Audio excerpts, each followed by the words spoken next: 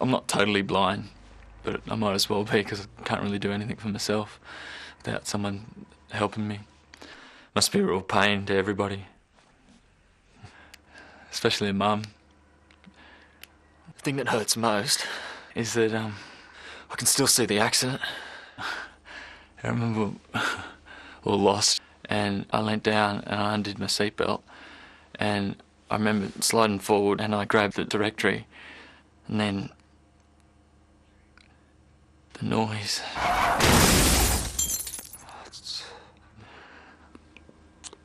I took my hands away from my face. I could see blood.